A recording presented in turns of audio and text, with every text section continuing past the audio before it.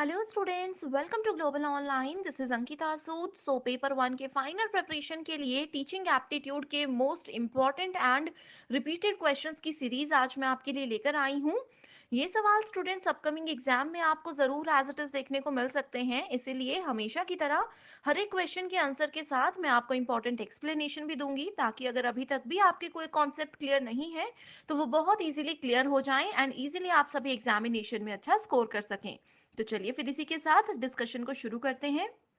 Students paper one preparation के लिए complete course में लेकर आई हूँ जहां पर डेली लाइव लेक्चर्स के साथ पेपर से पहले आपका पूरा सिलेबस कवर तो किया ही जाएगा।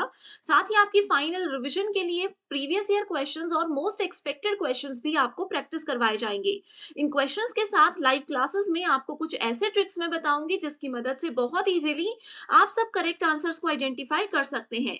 एंड आपकी तैयारी को और बेहतर करने के लिए मोस्ट अपडेटेड मॉक टेस्ट है एंड रिविजन के लिए 5000 क्वेश्चंस हैं, जिसमें कि ना सिर्फ आपके स्टेट के पीवाईक्यूज बल्कि अदर स्टेट्स के पीवाईक्यूज भी हैं, जो कि आपके पेपर में एज इट इज भी देखने को मिल सकते हैं। और इस सीरीज की सबसे खास बात यह है कि इसमें आपको हर क्वेश्चन के आंसर के साथ एक्सप्लेनेशन मिलती है, ताकि अगर कहीं पर आपका कॉन्सेप्ट क्लियर नहीं है तो वो जब आप एक्सप्लेनेशन पढ़ोगे तो बहुत इजीली क्लियर हो जाएंगे। तो ये नंबर दे रही हूँ, आप इस पर कॉल या मैसेज करके व्हाट्सएप के थ्रू कॉन्टैक्ट कर लीजिए। साथ ही फ्री वीडियोस अवेलेबल हैं ग्लोबल ऑनलाइन ऐप में। स्टोर सेक्शन पर जाकर सर्च बार में लिखिए कोर्स का नाम। कंटेंट पर जाकर आप देखेंगे कि कंप्लीट कोर्सेज अवेलेबल हैं, जहां पर यूनिट वाइज फोल्डर्स हैं। आप किसी भी यूनिट से अपनी रिवीजन शुरू कर सकते हो। कभी अगर लाइव क्लासेस मिस हो जाती हैं आपकी, तो आप उसको बाद में रिकॉर्डेड फॉर्मेट में देख सकते हो, ताकि आपका कोई भी टॉपिक मिस ना हो। सो आज के सेशन का सबसे पहला क्वेश्चन है, given below are two statements. First statement में कहा गया है the content and style of communication are the predictor variables of effective teaching. अब देखो, इसमें कहा है कि एज अ टीचर अगर आपको अपनी टीचिंग को, अपने शिक्षण को बेहतर बनाना है, तो आपका एक कंटेंट और स्टाइल ऑफ कम्युनिकेशन यानी कि बात करने का तरीका, और जो कंटेंट यानी कि जो कोर्स आप स्टूडेंट्स को दे रहे हो, वो एक बेस्ट वे में होना चाहिए, तभी आपकी टीचिंग बेस्ट मानी जाएगी। सेकेंड स्टेटमेंट बोलती है a good and communicative teacher invokes relatively less questions from the students. इसमें कहा है कि जो टीचर्स अच्छे तरीके से अपने स्टूडेंट्स के साथ कम्युनिकेट करते हैं, उनकी क्लास में स्टूडेंट्स कम क्वेश्चंस रेज करते हैं। तो दो स्टेटमेंट्स हैं, जल्दी से अभी आंसर पर जाते हैं। देखो, बहुत इजी है, आपको इसका आंसर पता होगा। ये है option number three. Statement two बिल्कुल गलत है। ऐसा तो नहीं है, अगर मान लीजिए मैं एज अ टीचर आप लोगों के साथ सिर्फ क्लास में आके गप्पे मारती रहूं, यहाँ वहाँ की बातें करती रहूं, और आप लोगों को अपनी बातों से ही थोड़ा सा मैं पटा लूं, हम बोल सकते हैं, ठीक है। तो क्या आप मेरी क्लास में टॉपिक रिलेटेड क्वेश्चंस नहीं पूछोगे? ऐसा नहीं है, क्योंकि स्टूडेंट्स पढ़ने आए हैं, तो क्वेश्चंस जरूर रेज होंगे, चाहे स्टूडेंट्स के साथ टीचर कितने भी अच्छे से बात कर ले। ओके, सो इसलिए स्टेटमेंट टू बिल्कुल गलत है। Next question is, given below are two statements, assertion और रीजन यहाँ पर दिए हैं। बहुत इंपॉर्टेंट टाइप के क्वेश्चंस ये होते हैं। इसमें कहा है the use of ICT has a great potential for optimising learning outcomes. ICT का मतलब क्या होता है? Information and communication technology. आप लोगों के टेक्नोलॉजी, ठीक है। पेपर वन में यूनिट नंबर 8 का नाम है आईसीटी। इसमें होता है कंप्यूटर, इंटरनेट, लेटेस्ट टेक्नोलॉजी जो हम लोग यूज करते हैं। सो फर्स्ट स्टेटमेंट बोलती है कि अगर एज अ टीचर आप अपनी टीचिंग में, अपने क्लासरूम में आईसीटी का यूज करते हो, इंटरनेट, लेटेस्ट टेक्नोलॉजी का इस्तेमाल करके बच्चों को पढ़ाते हो, तो उससे स्टूडेंट्स के रिजल्ट में काफी अच्छा फर्क पड़ सकता है। इसका कारण भी बताया गया है, और उसका कारण ये बोलता है कि ICT promotes scope for variety, flexibility and attractiveness.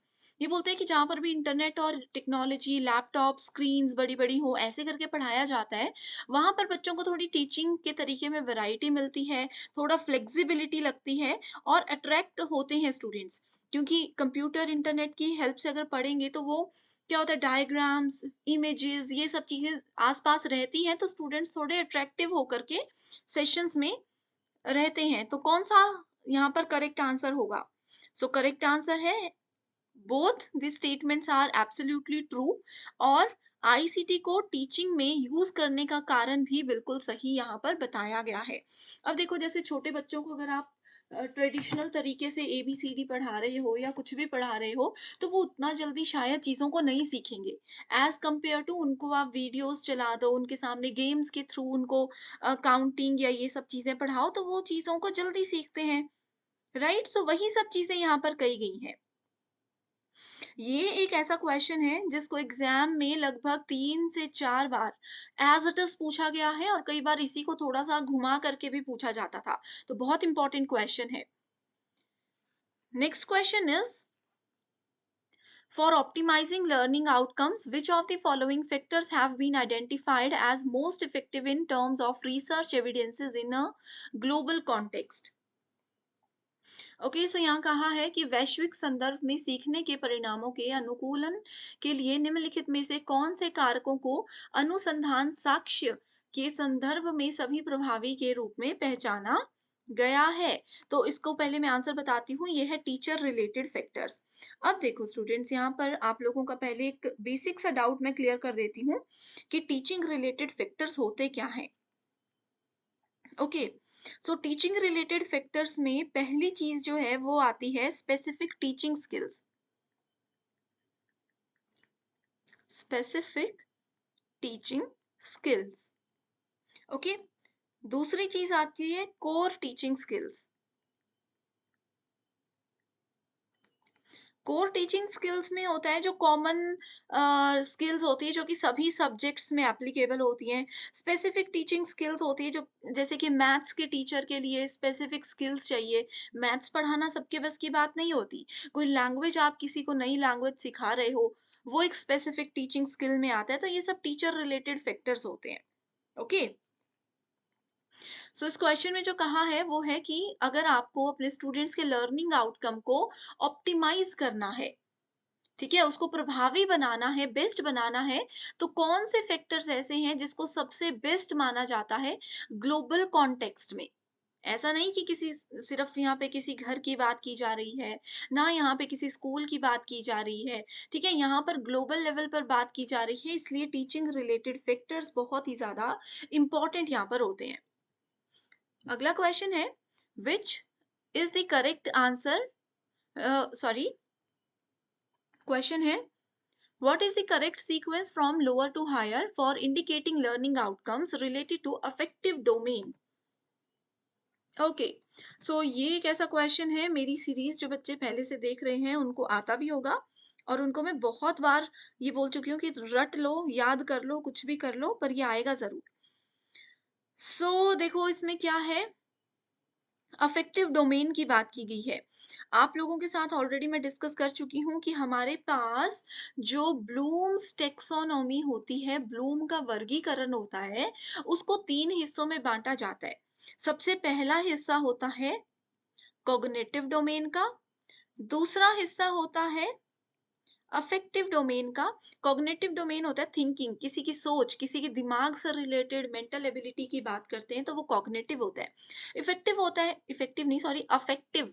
Affective होता है इमोशंस, फीलिंग्स, किसी पर्सन की, उससे रिलेटेड जो फैक्टर्स होंगे वो अफेक्टिव डोमेन में आते हैं। और तीसरा डोमेन होता है, इसको मैं यहाँ पर लिख रही हूँ, साइकोमोटर डोमेन। साइकोमोटर डोमेन किसी के फिजिकल नीड्स या फिजिकल जो चीजें होती हैं उससे रिलेटेड होती है, ठीक है। इन सब चीजों से रिलेटेड 3 हिस्सों में स्टूडेंट्स के लर्निंग आउटकम्स को बांटा जाता है। अब अगर हम इफेक्टिव डोमेन की बात करें तो उसमें हमारे पास मल्टीपल फेजेस होते हैं, 5 स्टेप्स होते हैं। ओके, इनको सीक्वेंस में रखने के लिए आपको कहा गया है। देखिए, इस क्वेश्चन में सबसे पहला जो है वो आ जाएगा आपके पास रिसीविंग। सबसे पहले किसी भी चीज को आप रिसीव कर रहे हो, ग्रहण कर रहे हो। उसके बाद आ जाता है रिस्पॉन्डिंग। मान लीजिए अब आपने किसी छोटे बच्चे को कुछ चीज सिखाई, आपने उनको 1 बार बोला, 2 बार बोला, वो सुन-सुन के उस चीज को रिसीव कर रहा है।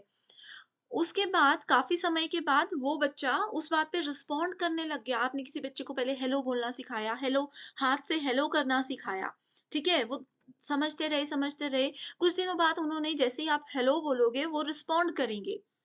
उस पे एक्ट करेंगे, वो हाथ हिलाना शुरू कर देंगे। उसके बाद उनको उस चीज़ की वैल्यू पता लगेगी कि इसका क्या मतलब होता है। कहीं जा रहे हैं तो हेलो या बाय बोलना है, फिर हाथ हिलाना है, तो वैल्यू ये चीज़ आ गई। ऑर्गेनाइजेशन कि कैसे वो चीज़ों को समझ रहे हैं डिटेल में, एंड कैरेक्टराइजेशन आ जाता है सबसे लास्ट स्टेप। तो ये होता है इफेक्टिव डोमेन के स्टेप्स। सो करेक्ट आंसर है option number 2, that is A C B D and E. Okay, इसी के साथ एक नेक्स्ट क्वेश्चन है जो कि होमवर्क क्वेश्चन मैं दे रही हूँ। जैसे मैंने इफेक्टिव डोमेन बोला वैसे ही सेम क्वेश्चन है, ये भी 2020 में पूछा गया। कॉग्निटिव डोमेन को आपने सीक्वेंस में ऐड करना है, इसमें भी 5 स्टेप्स हैं। बताइए कौन कौन से स्टेप्स हैं। ठीक है, आंसर बताना है मुझे कमेंट करके। अगर नहीं आता है तो भी एक बार कमेंट कर दीजिएगा, क्योंकि इसकी ऑलरेडी एक वीडियो है मेरे पास, मैं उसका लिंक फिर आपके साथ शेयर कर दूंगी। Next question is, what is the hallmark of reflective teaching. Levels of teaching हम लोगों ने पढ़ा है। लेवल्स ऑफ टीचिंग में सबसे बेसिक लेवल क्या होता है? अंडरस्टैंडिंग लेवल होता है एक हमारे पास। और कौन कौन से लेवल होते हैं? अंडरस्टैंडिंग लेवल, सबसे पहला आता है मेमोरी लेवल, सबसे लोएस्ट लेवल फिर अंडरस्टैंडिंग लेवल होता है। ठीक है, सो यहाँ पे सबसे बड़ा होता है रिफ्लेक्टिव लेवल। ये है 3 लेवल्स ऑफ टीचिंग। एक और होता है ऑटोनॉमस, बट उसको ज्यादा जगह पे ऐड नहीं किया जाता। तो उसके हॉलमार्क के बारे में यहाँ पर पूछा गया है। ठीक है, सबसे ज्यादा थॉटफुल होता है, सबसे बेस्ट लेवल ये माना जाता है, हाईएस्ट लेवल ये माना जाता है। किसी बड़े लेवल के बच्चे को अगर पढ़ाना है तो रिफ्लेक्टिव लेवल होता है। देखो, मेमोरी लेवल में आपने चीजों को रट्टा मारकर याद कर लिया। अंडरस्टैंडिंग लेवल में आप समझने लग गए कि अच्छा जो रट्टा मारा था उसका क्या मतलब है। रिफ्लेक्टिव लेवल होता है कि जो चीजें हमने पिछले 2 लेवल्स में पढ़ी थी उसको रियल लाइफ में कहाँ यूज करना है, एक्चुअल में वो चीजें कहाँ इस्तेमाल हो रही हैं। सो इसीलिए इसका जो हॉल मार्क रहता है वो रहता है clear, organised and well structured content होना चाहिए। ओके, और ये पूरी तरह से प्रीवियस 2 लेवल्स पर डिपेंडेंट होता है। Next question is, if teaching is viewed as a continuum, which of the following modality involves active give and take between the teacher and learner? So active give and take का क्या मतलब होता है ये भी आपको बता देती हूँ। एक्टिव गिव एंड टेक, एक टीचर पूरी इंफॉर्मेशन दे रहा है and student as it is उस इंफॉर्मेशन को गेन कर रहे हैं, तो वो आता है इंस्ट्रक्शन की कैटेगरी में। ओके, ये आता है इंस्ट्रक्शन की कैटेगरी में। टीचिंग एज अ कॉन्टिनम का क्या मतलब होता है? ये बेसिक होता है, नेचर ऑफ टीचिंग में आता है teaching as a continuum. Teaching और लर्निंग दोनों ही कॉन्टिनम होती है।